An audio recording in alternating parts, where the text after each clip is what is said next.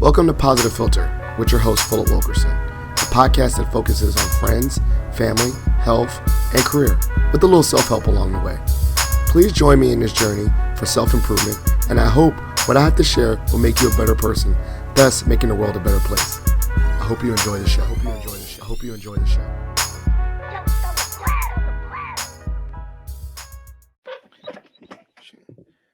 Hello, ladies and gentlemen, boys and girls and people. It's Philip Wilkerson back with another episode of Positive Filter.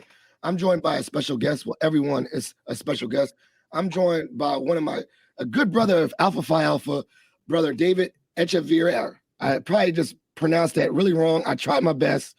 And the funniest thing about this is, like many times on my podcast, sometimes the first time I actually meet people is recording. So I followed this young man for a while on Instagram. I don't know, maybe I guess we're gonna call you like a IG B-lister. I don't know. Is that like a new thing? IG famous. And this brother was doing really big things in Kentucky. And me, I'm following other young people in Alpha, and I'm like, wow, I'm really inspired.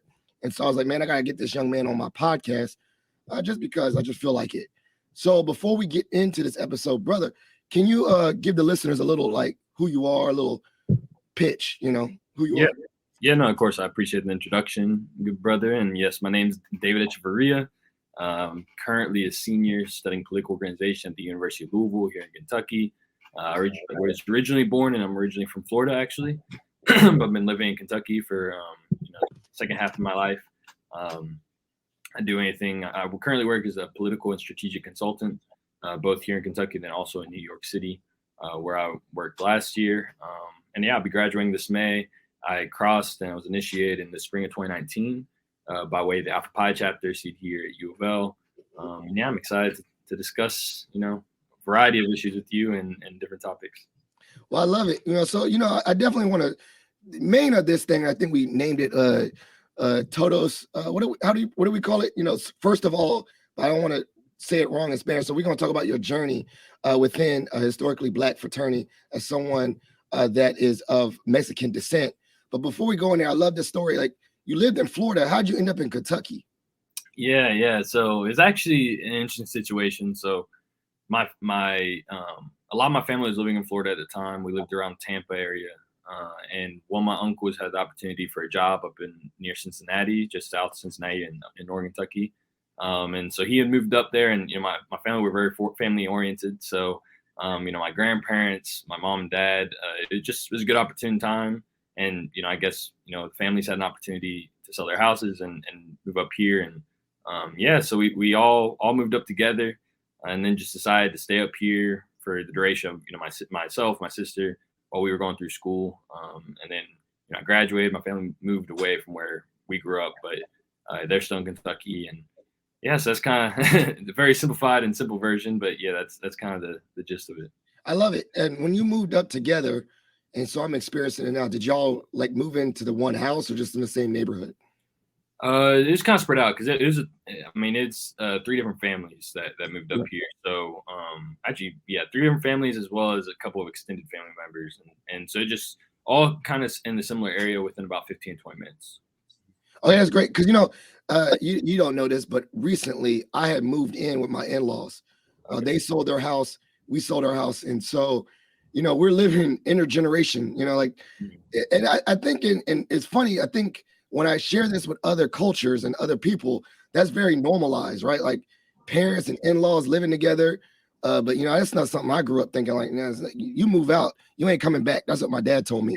And so we're experiencing this now. And I do believe in that, like the power of family and supporting each other. Like, honestly, we didn't do this for financial means. We didn't need to. But it's been such a great support to have my in-laws here to help me with my kids and all that stuff. So, I think there's a lot to that. I think it needs to be a little bit more normalized with the intergenerational living, particularly in American culture. So I don't know, I just went on a tangent because I heard that story. I was just picturing a huge big ass house that y'all have where all these family living together, but you're like, nah, we ain't doing all that. That's yeah. I have other family members that do that, and that's definitely the community style living and with that familial relationships. It definitely is a good support system. And something that I grew up a lot around, but on both sides of my family. And Yeah, no, definitely agree. So we're gonna do the fast forward to college, right? So you got there, you're in Kentucky. What made you think about the university that you went to, or as opposed to going back to Florida, or just take us back to that high school, that senior moment in high school, and thinking about college. Yeah, so when I was looking, Mike, I was one of the students, that ever since middle school, I was looking forward to my college experience and going through that process of admissions and interviews and all that kind of stuff. So the big thing for me was I want to make sure I was able to go to university, go to school debt free. So I was looking for a scholarship, a full ride scholarship. So I was working overtime that junior year, taking the tests I needed to take, talking to the admissions people I needed to talk to. And so I was fortunate enough to get a number of full rides to a number of universities, but the scholarship program here at U of L, I'm part of the MLK Scholarship program. And so that was, it was a big, I don't know, having someone such as MLK, be the namesake for a program is, of course, daunting in some ways, but it's also, an honor. And so after doing a little bit more research on the program and on the university, with it being close enough to home, but not too close, it really gave me a good opportunity to work on my own passions. It's a social justice centered scholarship, so it definitely was something that where it allowed for that flexibility to be involved on campus, be involved in the community, and work towards honoring MLK and his legacy, and hopefully becoming a part of it. So finished my senior year. I think it was March is when I signed the contract for the scholarship, and committed to come here. Never really had any kind of wavering after I signed that contract. Now before, it was definitely a situation where I was having to really decide it. Even though I wasn't signing, I looked at athletic scholarships and I had a couple of offers, and it was kind of like that signing day moment where it's like, okay, I need to make a decision. Looking at all the offers I had on the table, but yeah, U of L was where I felt like I was it felt where I felt most at home, of course, and it felt like it was somewhere where I could grow as an individual, as a student, and as a leader. So that's really why I chose to come here.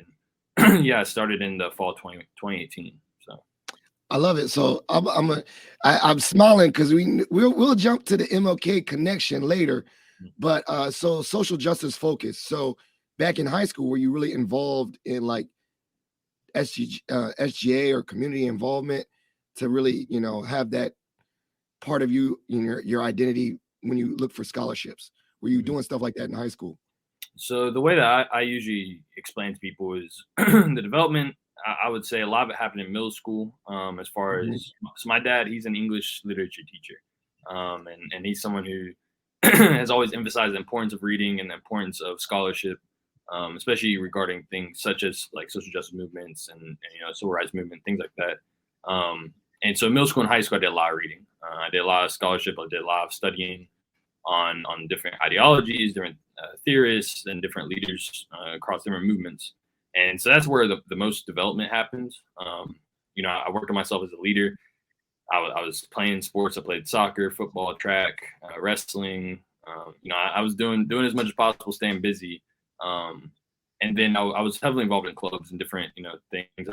My main way of giving back to the community was through service and volunteering at a variety of different locations and events and programs. And so those two ways were probably the main way that I was involved in high school.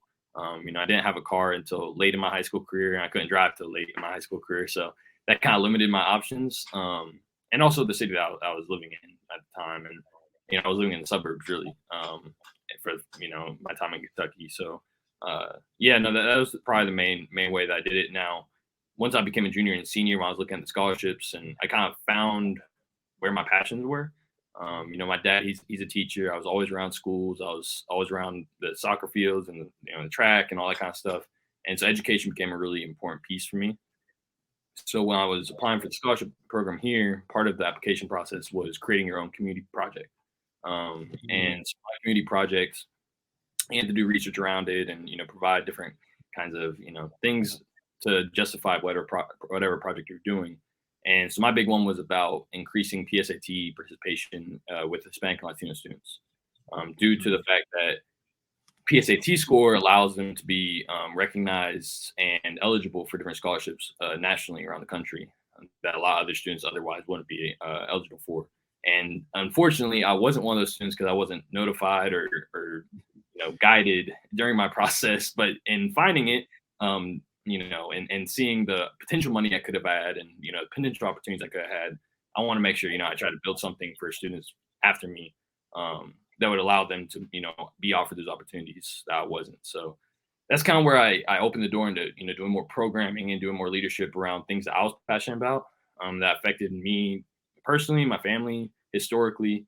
And one more thing that kind of helped to put everything in context too is my family. I'm part of a line of formerly undocumented Mexican migrant farm workers. So those are the stories that I was being told growing up about the experience that my family's had being undocumented, working in farm industry, and the different kinds of things that brought. So those are all kind of what led me to that time in 2018 when I made that decision to come to U of L, and what prepared me to take on that journey. Wow, that was very powerful because you did like 20 things more than I did in high school, man. I was like, dang, like just doing service, all that. I was like just doing track, and then that was it, So I'm very proud of you. Now, one thing I'm very curious about was, is there where you were in high school, was it a predominantly, white high school, or did you, like you said, like I'm doing this PSAT to support the Latinx students at your school? Was it a very diverse high school? So no, not my high school, not at all actually. Okay. My dad was a teacher there. He was one of a handful, like 3 or 4 non-white teachers. Okay. And with the staff, there were 2 black men that were staff at the school. And when you look at the student demographic, it wasn't as drastic, but when it came to student support, it was drastically towards white students, and didn't really incorporate black students or Hispanic Latino students of color in their support systems, and it wasn't made for them clearly. So no, it was definitely a predominantly white high school, and something my dad is a teacher, so he was able to have me go to certain schools, and so growing up, we weren't distributed for the schools that we were going to, so that often showed up in demographics, and in the the income level of students and things like that. And for my high school, there's a drastic difference of, a lot of students were higher or upper middle class, and then there was a group of students that lived in the trailer parks, and then one of the neighborhood that I lived next to, that was much more working class, and that's where you got a lot of the Hispanic, Black, and Latinx students. And so when it came to higher education and that application process and all those processes, there was definitely a knowledge gap, and resource gap as well. Yeah, and I think it's funny, you think of the world bigger than you, and I would say very eye-opening. I was a military brat, lived all over, but where I live in Northern Virginia was right next to Fort Belvoir. So the school was very diverse. I think it was, at the time I went there, was like 40 20, 40 black, 40 white, and 20 other. And so when I went to college, that was my awakening to the world. Like I went to a predominantly white college. I was like, oh man, I'm very few here. So that was a different experience. So now we're jumping forward, man. You made it. You got the scholarship. You did signing day, which I'm already visualizing you putting on the U of L hat on and everything. You're in there. You're in college. What made you pick? I think you said political science. Of all the majors, what made you think, okay, I'm going to pick this major? Yeah, so that's a funny story. So when I came in, I actually was a business major. So I was a economics and marketing double major. I had been president of the marketing club DECA in high school, and so, yeah, I remember DECA. Yeah, DECA. Okay, DECA and FBLA, the two, whatever they did. Yeah, I remember that. Yeah, so I had been president. I'd helped start the chapter there, and I was president. So, and I really enjoyed marketing and the freedom of it. I went to school, first semester in business school was not what I had expected. It was a lot more restrictive than I wanted, and the College of Business is just a very different atmosphere. So, and I know so it's we vibing. And I'm gonna say this real quick. We vibing because I was a business major too, and I switched out. But I'll let you guess what I switched out to later. But go ahead. Yeah. Okay. Yeah. So that's where I came in. Now after that, middle of that first semester, I was like, okay, this is not for me. I'm not enjoying myself. I can't. I wasn't even.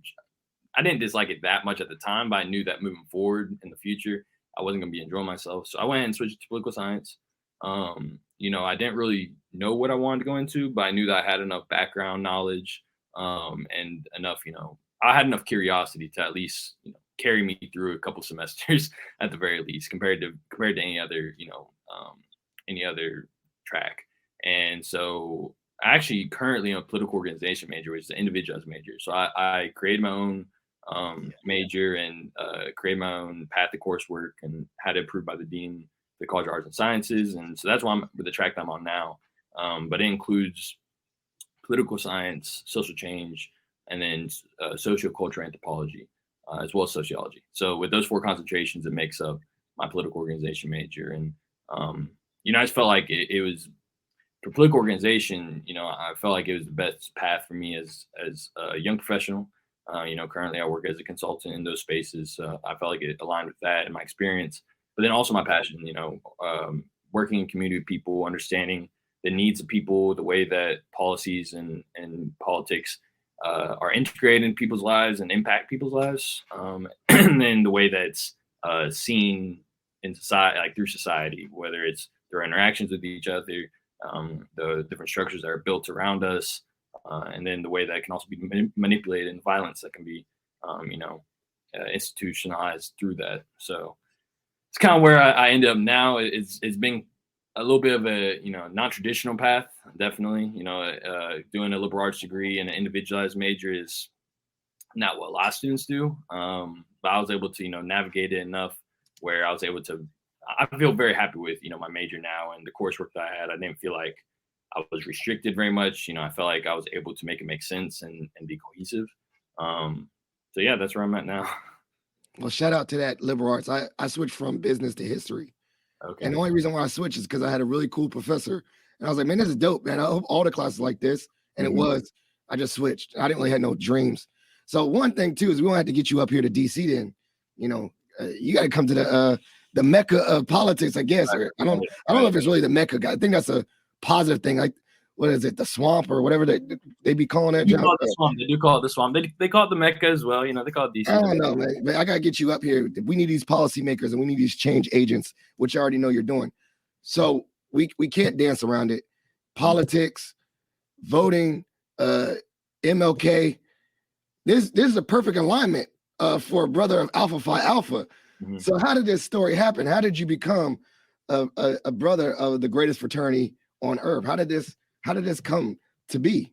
Yeah. So I would say that, I like to say that is intervention through a higher power. My first 2 mentors on campus were both brothers of the chapter that I was officially initiated into. One being John Rhodes, who was the current chapter president in 2018. And he was also in my scholarship program. So he was an MLK scholar. I believe he was a junior that year. Or actually maybe a senior. He might be a senior. And so he was one of my first, one of my first interactions with an older member on campus. And then I didn't find out that he's an alpha until a couple weeks after I'd met him, actually. And then my other mentor, Patrick Morin, who ended up being my dean, he was a Connect mentor. So he helped me with my transition from high school to college. And I actually didn't end up meeting him and interacting with him until a couple months into the school year. But I had seen him and I was like, I think that's my mentor. I think that's supposed to be my Connect mentor. And he had reached out previously, but how freshmen are, we didn't look at I didn't look at all the emails and everything. So I had seen him and, I saw that he was a part of the chapter and, so I reached out to him and started building a relationship with him. And so that first semester on campus, the first couple of weeks, even on campus, I really was being mentored by brothers in the chapter. I didn't know if I was interested or not. I had some knowledge on PhD organizations through my dad and his college experience, but I hadn't really met any like active brothers. And so, the first semester, once I understood that it was something that I was interested in, I did my own research and went the usual path, but then I also was going to events and everything. And yeah, then I had the opportunity to go through that candidacy process in the spring of my freshman year. And so I crossed as an 18-year-old freshman in the spring of 2019. Oh, so wow, that's crazy. So you did it. So so your understanding was like, seeing them visibly, but that's not something you grew up with. So let's maybe ring ring. You call your dad, right? I don't know why I did ring ring, but I feel like doing ring ring. You call your dad and say, "Hey, Dad, I'm learning about this. I'm interested. What did your parents say about this?" And you know, being that maybe Yeah. are you the first in your family to do this or join an organization? Yeah, I'm actually one of the first, if not the first, to actually be in any Greek organization. And so, for one, before I went to college, my parents had asked me about Greek life. It was something I was interested in. I told them I wasn't. I was like, Greek life isn't for me, whatever. And so when I reached out to them, that first semester, and was kind of like, hey, this is something I'm potentially interested in. Warning them that I might need a little bit of financial support for those membership fees. And so that was a whole nother discussion in itself. But I talked to them, and it was kind of like, well, first I asked my dad. I was like, what do you know about, these organizations, and specifically, Alpha? And so he was like, oh, yeah, no, I met a couple members of MPHC when I was in college, and went to the parties with them, hung out with them, and always made a good experience. But he didn't really know much past that. It's very service level. But he knew enough to be supportive, and provide enough insight that I could feel good about moving forward and having my parents' support. My mom didn't really know a whole lot, wasn't really super engaged with it. She's like, if it's something you want to do, we'll support you. But yeah, and of course it took me researching more so I could explain to them a bit more too. So I had a couple conversations with them, leading up to what would be going through that process. And so yeah, no, they were supportive. They started to learn more once I was initiated. Of course, after after the probate, and they came to the probate and saw that, and Oh yeah. started being more involved and taking on more leadership roles and doing more programming. They started to get a better sense of what was, and so yeah, they've been supportive. And but yeah, it was quite the introduction of a conversation, I will say. What was some of your selling points? Because I make no my dad is I grew up knowing this. My grandfather was a Kappa, so I'm all over the place. My dad's a Q, and then it's me. Like so, like I think the only rule that I had was my dad was like, well, if it's not Omega Psi Phi, you're paying for it yourself. I was like, okay, great. That was my like conversation. And so maybe what was some of your selling points? Did you have to like drop names like, Dad, I'm interested in this organization. I promise my grades will be good, but we got great people in it. This is a good leadership thing. Like, what was some of those selling points for your parents? Yeah, I mean, of course, the name dropping, especially in an organization such as ours, it is a quick selling point, easy selling point, as far as when you drop names such as MLK, Jesse Owens, Thurgood Marshall, especially yeah, it definitely helped. So that was one of the selling points, is like this is I explained to them the chapter. That was another big point, was our chapter on campus, and the programming that Alpha Phi was doing at the time. They were the most active on campus, for sure, and then most visible. The week that it wasn't what sold it for me, but that really solidified everything was Alpha Week. In late November, and so that gave me a really good idea as to the impact they had, and also the service they did. So I mean that was a big point. They had heard me talking about some of my mentors, and how supportive they had been, and then when I explained to them that they were in that that organization, in that chapter on campus, that also helped a lot. So those are really the three I would say, is primarily the chapter here on campus, and the brothers in it, and kind of what I've seen them do, and what I explained to them that I want to become an excellent example for students on campus. I want to be excellent, in whatever I was doing on campus. And I was like, if I'm going to be joining a Greek organization, this is the organization to do it in, and this is the chapter to do it in. So that was what I started with, and then followed with those three things to kind of support that. Yeah, I got one of my I had a nanny when I was growing up. I'm a military brat, and she was from England, and she loved Lionel Richie, so I used that one. like I was like, "Yo, I'm the same young as Lionel Richie," and Yeah. she was like, "Oh my goodness," she's so happy. But I don't know, just it's funny because I remember when they were asking me like, name a famous musician, and like that was the one that came to my mind, Lionel Richie. So I would always say his name. So it's interesting, like who you look up to, and all that stuff. Mhm. So you are of Mexican descent. Obviously, this is a historically Black organization. And when I say that, a lot of people have that misnomer. Historically Black does not mean exclusive to Black, right? It just means the founding of this organization is Black. Mhm. So have you had to have that conversation with the greater community? You know, like people giving the side eye or weird looks, or just wait, you're in this organization, like you had to explain, like this is an inclusive organization for anyone. We just have a founding in regards to historically Black. So I'm just curious. Yeah, I mean, it's definitely a conversation I've had with, brothers and other members of the community. I would say that I was introduced to that discussion quite early. I credit my dean for one for being a very good um, leader, period. But he was able to help me navigate through that throughout my process of becoming a member. So that once I crossed the burning sands, I was able to know how to approach the discussion and in my own way with my own words, and it was very genuine. So I would say that was my first step, was through the membership process, exploring that, and also understanding it before I started it. Then once I crossed, being a member and having those moments where I'm walking. For example, I went to a conference my first couple weeks after I crossed. Is the Men of Color Summit in Clemson University, and I just crossed 2 weeks prior. I just had region, so we crossed on April 6th. Regional was that week in Toronto, so I went straight to Toronto for regional. Midwest. So that was also a learning experience, of course. But then I came back, I left that next week for Clemson. And so we were at the Men of Color Summit. I couldn't wait to wear my letters. I couldn't wait, to rep. Yeah. And I put a polo on and had a crest on it, and I walked downstairs from my hotel. First thing that morning, two bros right there, they come up, they see me, get my food or whatever. They come up, challenge me real quick, and they ask me when I cross. I tell them spring 19, currently it's April 20th. So they're like, oh, well, fresh off. I was like, yeah. And so I had that conversation with them actually, because they were bros from North Carolina, and they hadn't come in contact with the Latino bro before, especially non-Black Latino bro. And so, I talked to them, and they're very curious. So the way that I usually approach it is one, at U of L, there are no multicultural organizations.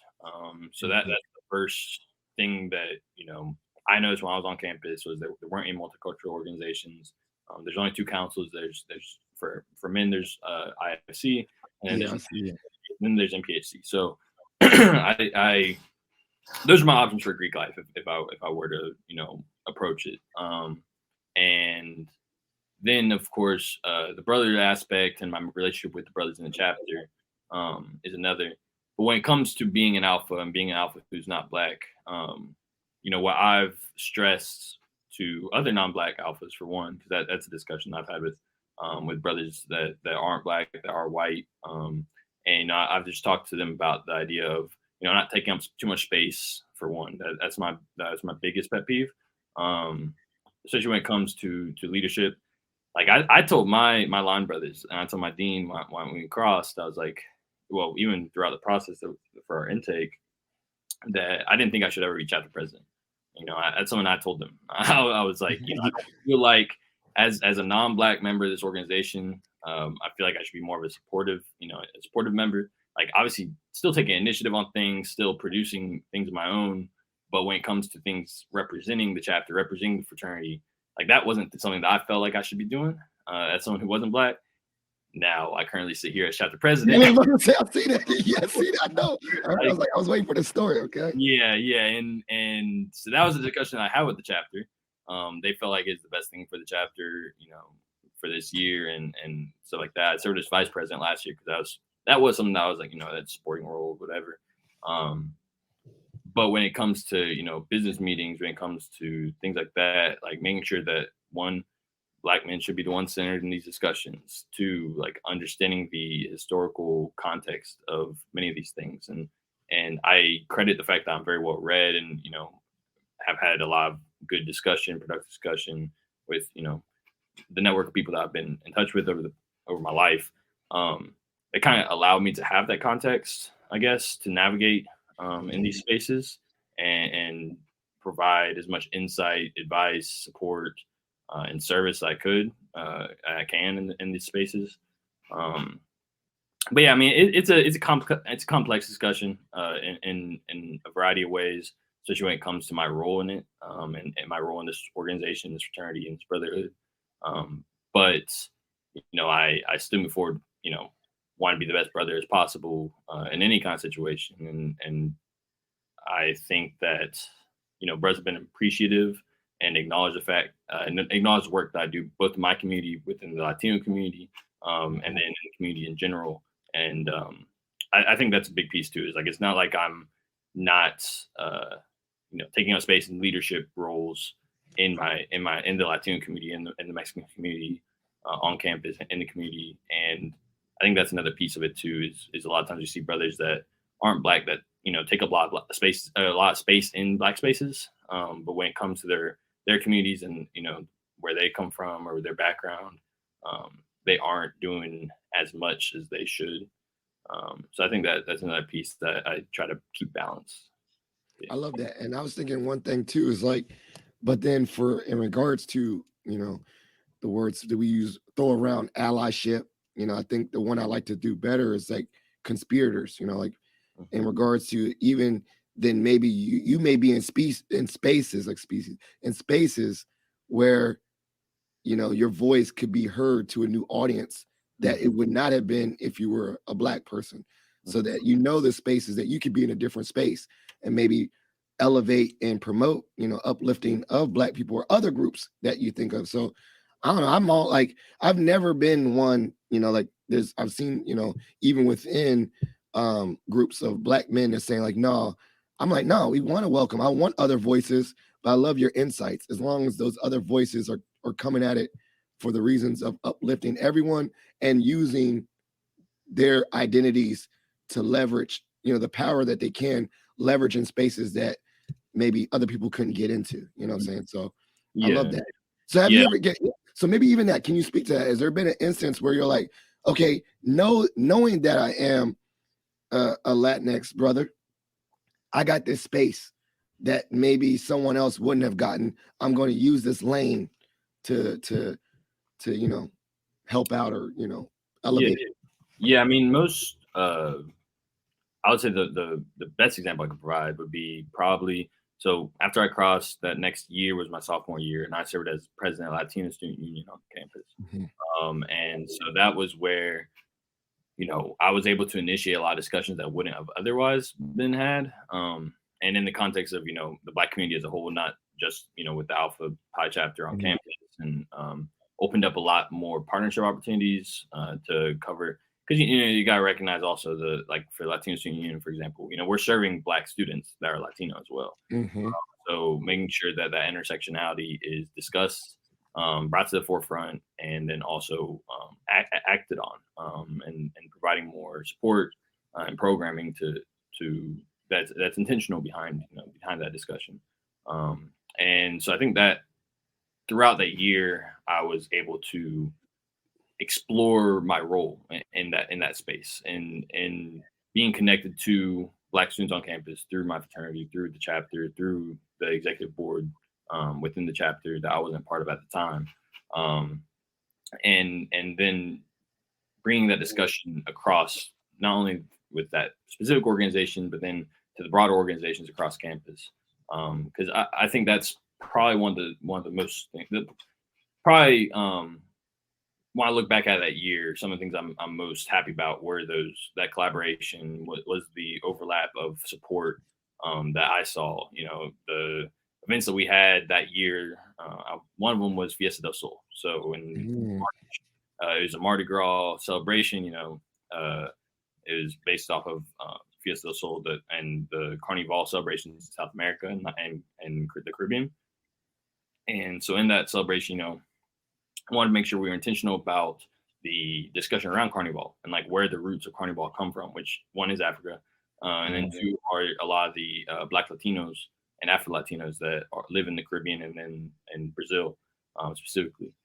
And then making sure to communicate that to other, other organizations on campus, a lot of the Black students on campus, because it's not something that the education we've been failed by the lack of education around it. Not only, Latino students, not only Black students, but students in general.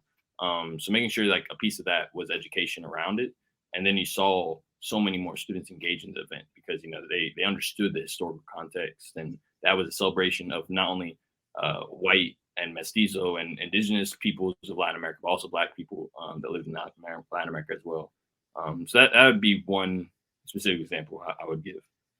I love it. I love that, man. That's dope. Can you tell, is there another story where like maybe you did that education maybe to your brothers and, showed them some home cooking or just brought your culture to them? And it's like, man, they learned something new. And that's what I always loved about meeting new people from all over the world, is learning new things. If you ever got a chance to do that, Yeah. No, it started even when we were online. I had an event that I was leading a dance lesson, actually.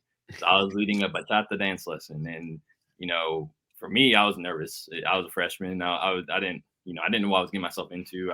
I'm a good dancer. I'm a decent dancer, but I'm not an expert by any means.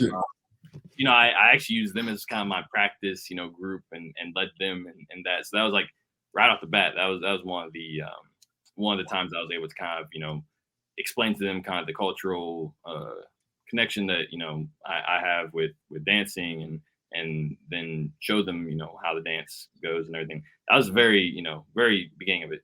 But then when I talk about one of the other events that I threw as president at LSU, was Dia de Celebración in October. So the Day of the Dead celebration that we had, or in November actually, the Day of the Dead celebration that we had on campus.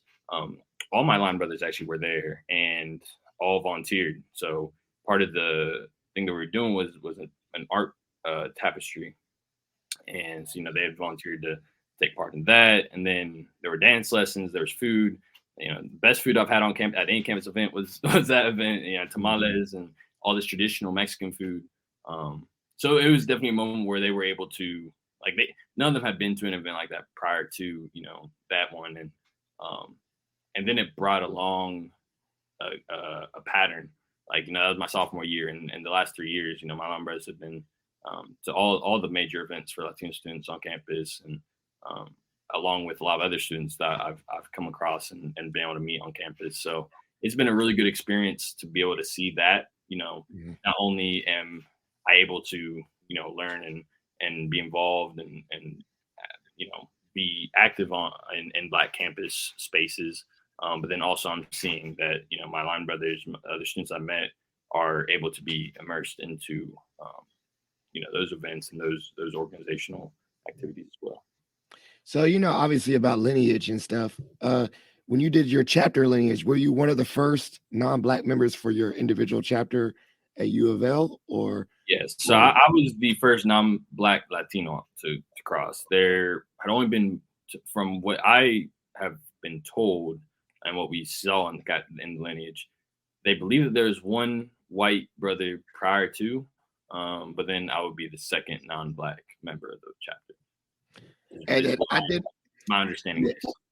And I did my stalking. You did bring in, after you brought in a very tall white brother. I saw your Instagram video. Yeah, so so one of your neos, I saw that. That was a pretty dope video.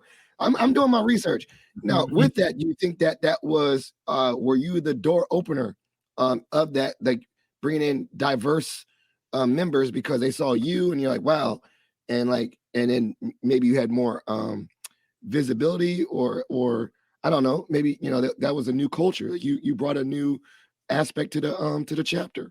Yeah, I think it was a different kind of discussion. Of course, I wasn't in the chapter when they were discussing, my candidacy, and I'm sure that a whole different discussions.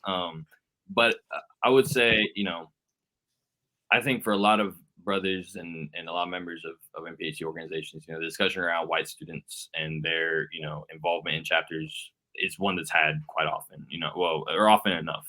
It's something to consider, and the recruitment has been there previously.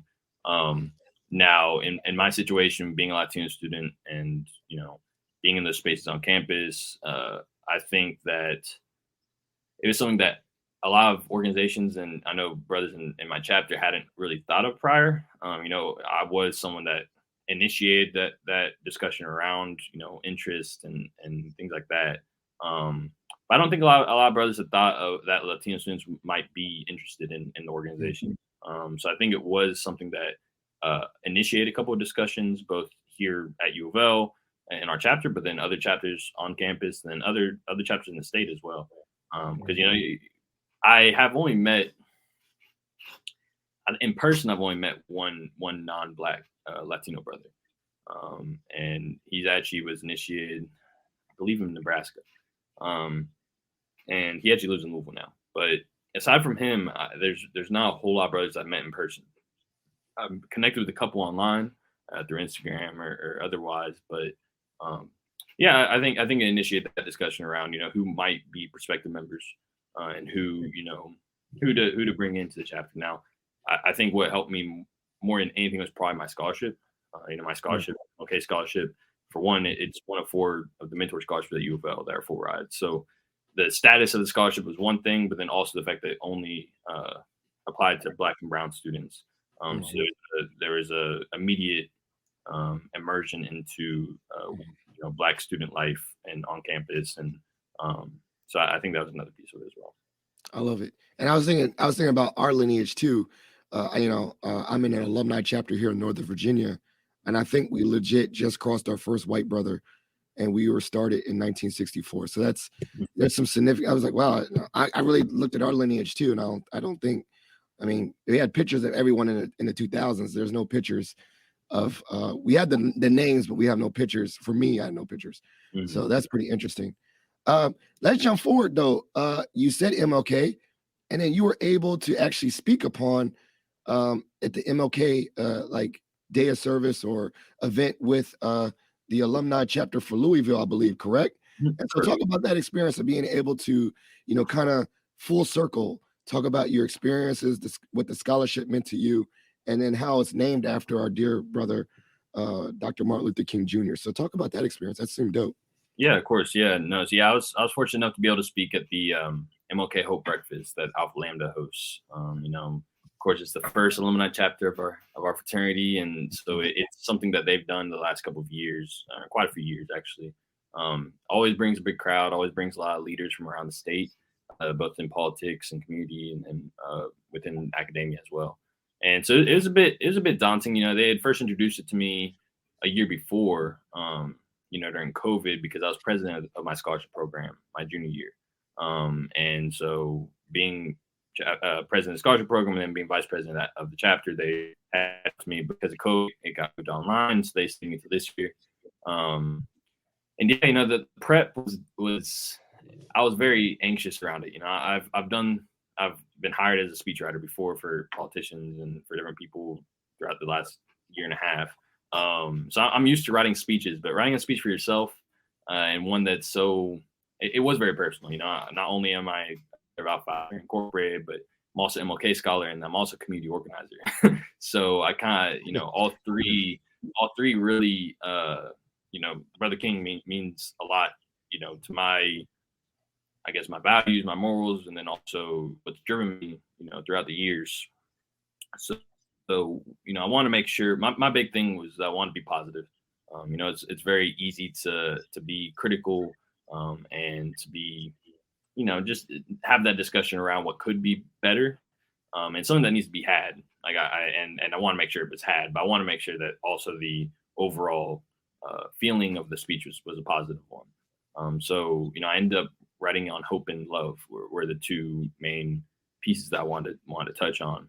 And then how, I guess, and I'm sure you watch. I don't know if you watched the speech or not, but I did watch it, of course. I was very happy. I mean, I was very like, you put the whole thing on. I watched it like it was it was a real video. That was well done. Like, I give you a clap. And that was really good.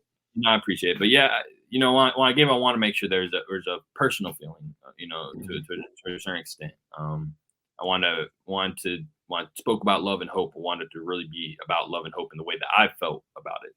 So when I talk about love, the differentiation, I speak on the differentiation between the words and the saying "I love you" and the feeling, the emotion of love, because that's something I really wrote about. And during the fall of 2020, after that chaotic violent summer of protests, of organizing, of supporting mutual aid, all that kind of stuff. And then the day that the verdict of the Brown Taylor case was announced, I was angry, I was upset, I was hurt. So I wanted to get that emotion I felt that day. I wanted to make sure that was felt in my speech, because it felt like, Brother King, I'm sure there were a lot of moments that he was angry, a lot of moments that he was frustrated, a lot of moments that he didn't have any words for the emotions he was feeling at that moment, but he didn't allow for those emotions to take over. He didn't allow for those emotions to beat the hope and the love out of what he was feeling at that moment. And so that's just kind of why I want to frame the speech that I was giving. And there ended up being like 300 or 400 people there. It was a lot more people than I really thought would come for a COVID event. So it's something that I was definitely practicing a lot. I wanted to feel comfortable enough where I didn't necessarily have to have any papers up there. But it was a 10-minute speech. It was something that it was the first time I'd given that long of a speech in front of more than a classroom full of people. So it was something that I really enjoyed, and I really appreciate the opportunity to do it. That's great, man. You're making me jealous because, man, I'm doing Toastmasters. That's one of my dreams, get on there and do a real speech. So kudos to you. So we're at the part of the show. It's called Shot for Shot, meaning you get to ask me any random question. I get to ask you any random question. You want to go first? I'll go first. Here, you go ahead and go first. I'm gonna. All right. So, okay. So I see the Mexican flag in the background, right? I was about to say, what is your favorite sporting event that you would love to go to one day? And the only reason why I say Mexican flag, I was wondering if it's going to be the World Cup or something. But you let me know, what is one event, like in regards to sports, and he's like, I want the premium, I want the VIP front and center pass to this sporting event. Which one would it be? Yeah, you just said it's a World Cup. A World Cup game for Mexico is my, like, that's my thing. A couple months ago, I would have said a USA versus Mexico game on U.S. soil. Really, ideally Mexican soil, but realistically U.S. soil. But I actually was fortunate enough. I actually was fortunate enough to go to one. Actually, in November up in Cincinnati. It was a great experience. I was able to see the U.S. versus Mexico play a World Cup qualifier. So that's really what I would say has been my best sporting experience, and I would have been happy for that to be my dream sporting experience. But now that I have to one up that, I would say a World Cup match. Ideally 2026, the World Cup's gonna be held on U.S. soil, Mexican soil, on the West Coast of the U.S., Mexico, and Canada. So going to a World Cup game for Mexico in 2026 would be my ideal top tier sporting event. You would wear the Mexican? You would wear the Mexico colors? Yes. You're not gonna get one of them hybrid. I seen them janky half and half American. I can't even do it. My thing with soccer. I love the sport so much that for so many years the U.S. team played such poor soccer and tactics, and the just everything about it pained me to watch. And so, growing up, I hated the way the U.S. played. And there's one thing, I'm always going to be a Mexico fan, always been a Mexico fan. But then for a team to play like that, it's really hard to support. They've gotten better now. 2022, they're a little bit better, but it's been, I can't do the hybrid. Okay. The half and half split jump. All right. What's your question for me? So I'm going to ask you, for me, my parents, were very a big part of my upbringing and the way that I see the world now. Can you give me an experience with one of your parents that you felt was very, that really helped influence who you are today? Oh, man. And that's a little, it's a little. No, that's deep. But honestly, it's not that hard. I'm about to say, like, just anything that has to do with my dad. So I'm finally coming into who I am as an adult. And it's like that time where I finally can flip the switch and see my father for a human being. Because when I was growing up, my dad was bigger than life, right? Army colonel, taller than me. He's still taller than me. I didn't get the blessings of being 6 foot or taller. Very booming voice. You know, like I would see him walk and like, you know, people were just automatically saluting him. You know, he was a colonel. And I always thought like leadership was like, that's what it looked like. Like, you know, very authoritative, very, you know, you knew what you're doing. You're always cool, or not cool, but you have a big presence. And now that I realize it, it's like I was just watching, observing my dad. And now that I'm talking to him as an adult and doing things and finding my own leadership style, I still find a lot of things that my dad did as a leader that I'm not doing it the same way as him, but I'm doing it a different way. Like, for one, my dad is a man of honesty, right? Like he said, he's gonna do something, he's gonna do it. And like my dad doesn't like not do what he's not gonna do. Like he will do it. And so I realized like follow through was always a big thing for me and my dad. I think another thing too is that even in regards to like delegating stuff, my dad would never ask people to do something he wouldn't do himself. Like my dad would rake leaves. If he said he's gonna rake leaves, he would be raking leaves with you, even as someone of stature. So I was like always thought about that as a leader. It's like my dad was the type of leader that wouldn't tell people to do something that he wouldn't do himself. That wasn't the type of person he was. And then I don't know. I think now that I've gotten to know him and I just listened to my last episode, I was glad to see my dad being vulnerable, but he always said he would ask for help. Like now that I learned about it, like now that I think about it in retrospect, my dad always had good friendships with people, and he was able to like say, if I don't know how to do it, I'm not going to be so proud that I would beat my head against the wall. I would align myself with people that could do it and work together. And so those are things I think really looking at my dad shaped my leadership style. And then on the flip side, when I look at my grandfather, he was the coolest thing ever. I mean, he was the epitome of a guy that looked like he would be a Kappa. But he was just funny, but he was really smart. And like the way that you can like be really funny and smart, that was my grandfather. And like corny. And like he would always take pictures and say, I'm not gonna be in a picture, but y'all gonna be in a picture because y'all, or if I'm in a picture with these ladies, y'all make me look good. And I literally just caught myself saying that today. Like I was like, they're like, get in the picture with me. I was like, I gotta have you ladies in the picture because y'all gonna make me look good. I was like, wow, that's literally something my grandfather would say. So I don't know. I think those are some memories. I mean, that was a good question because it just had me thinking about why I respect, you know, my parents, you know, my dad. So wow, that was great. Yeah. Oh man, shout out to my dad. The random tweet. My dad now randomly, when I was like, Dad, I'm sorry, I'm not a Q like you. He's like, it's okay, son. It's in the Bible, and he sends me this this Bible verse from like Revelations, whatever. It was like, I am the Alpha and the Omega, and he sends that to me to make like. And so he's like, all right, that's kind of funny. Like me and my dad got this inside Bible verse that he always sends. He sends that to me. He was like, love. My dad signs his text. I don't know if your dad does this. Maybe he's not too old school. Don't do that. He legit says, son, I'm very proud of you. Love, Dad. I'm like, it's not a letter. This is a text message. Like, and then he says the Bible verse. I was like, okay, good one. All right. Well, that was really good. That made me very happy. So this is the part of the show. We're wrapping up. It's called Shoutouts and Plugs. Shoutouts means show love to anyone you want to show love to, anyone. And then plugs would be any way that you want the listeners to follow up with you or get in touch with you or things you're going to work on, because I'll put those plugs. I'll make sure to write it down and put them in the show notes. So the stage is set. Shoutouts and plugs. Okay. So so I get shout out people that want shout out, or anybody, just mama, dad. Anybody. Shout them out.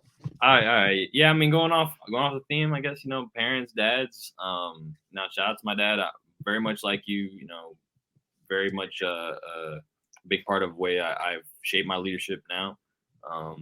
You know, my dad, he's an immigrant, so that is a lot of the way that I think is shaped through his frame of mind, and when I talk about the reading and everything that I think really was crucial to the way that I've been able to succeed and also just move throughout the world over my last 21 years, I guess. So that one. Also, just my community and my friends here in Louisville. My past 4 years have been shaped with a lot of highs, a lot of achievements, and everything like that, but a lot of lows, a lot of very difficult times, very difficult moments. And it wouldn't be without the support system and the community I've been able to build and be with here in Louisville, that I'd be able to be on a show like this and talk about what we've been talking about. So definitely shout out to Louisville and shout out to the community of support that I've been able to build here and work with. So those would be my two big shout outs that I'll give today. As far as keeping up with the stuff that I'm working on and doing, of course my Instagram, all my social media is at David H9, TikTok, Instagram, Twitter, all that.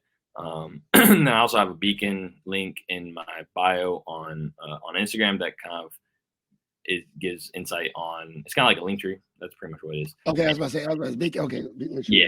So there's a link in my bio that can kind of include include some of the stuff that I've worked on in the past and some of the interviews or features I've been on.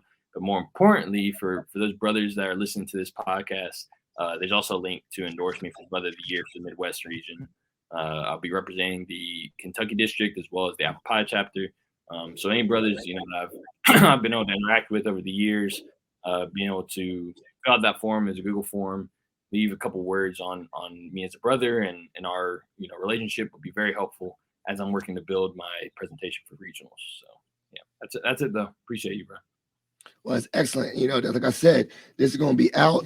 We definitely have this released in April. Shout out to his brother. Please support him. I actually did fill that out. I was like, I don't even know this dude, and I was supporting him. Seeing your things on stories, it just made me happy. Like I said, there is an authenticity to social media. Maybe someday we'll cross paths. You never know in the world of Alpha. I did go to Nationals last time in Vegas. Were you there in Vegas that one time? I wasn't. I had I forget what I had. I had something for campus stuff that is in July. Yeah. That was the last time I went to Nationals, and I was like, man, I ain't going back. Man, that joint was too much for me. Even as an extrovert, I was like, there's too many people here. Yeah, too many brothers. I was like, this is too much. I'm saying it for Virginia or lower. Like, this joint was crazy. Yeah, I didn't push too much for it either because I'm the same way. I knew I'm not a huge fan of conventions and even like music festivals and stuff. Like I don't like all the people everywhere. I like to be very to myself sometimes. So, but not really. So, but maybe we'll. So who knows? Or as you said, as you chase your aspirations to be congressman of Louisville or Kentucky, maybe you'll be in the DC area and I live here and I'm never going to move. So you never know. So thank you so much, brother. I really enjoyed having you on the show. Definitely, you always got a space if you ever want to come back again. For all those that are listening, please support this young man and the things that he's doing. He's doing great things for the state of Kentucky, but he's also just someone that's an inspirational young leader. And those are things gravitate that naturally you don't know, but you gravitate and you don't know who's watching. And that's a great thing. And I really admire that. For those that are listening to this episode, please share it with your family members or friends. Give this podcast a like, a subscribe, a rating on iTunes or Spotify. And if you want to call the hotline, it's 571-336-6560. That's 571-336-6560. Sometimes I leave the voicemails and I throw them on the episode, so you never know. So thank you so much for listening. Keep being positive. Keep showing love. Keep uplifting others, and we're out. Thank you for listening to Positive Filter, a podcast that focuses on family, friends, career, with a little self-help along the way. If you enjoyed this podcast, please share it with your family and friends, and like the Facebook page, Spreading Positivity of Movement. Thanks for listening.